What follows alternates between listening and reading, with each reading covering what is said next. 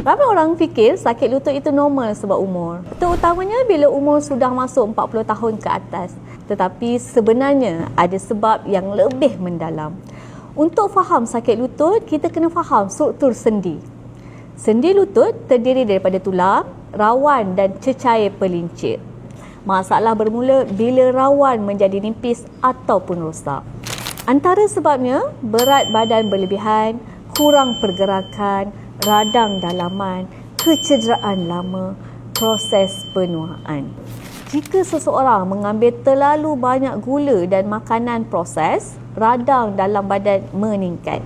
Radang ini menghasilkan bahan kimia yang boleh merosakkan struktur sendi. Sebab itu, sakit sendi bukan hanya isu mekanikal. Ia juga berkaitan dengan keadaan dalaman badan. Sendi direka untuk bergerak. Jika kita kurang bergerak, sendi akan menjadi kaku. Jika kita terlalu berat, sendi akan menjadi terbeban. Keseimbangan adalah kunci.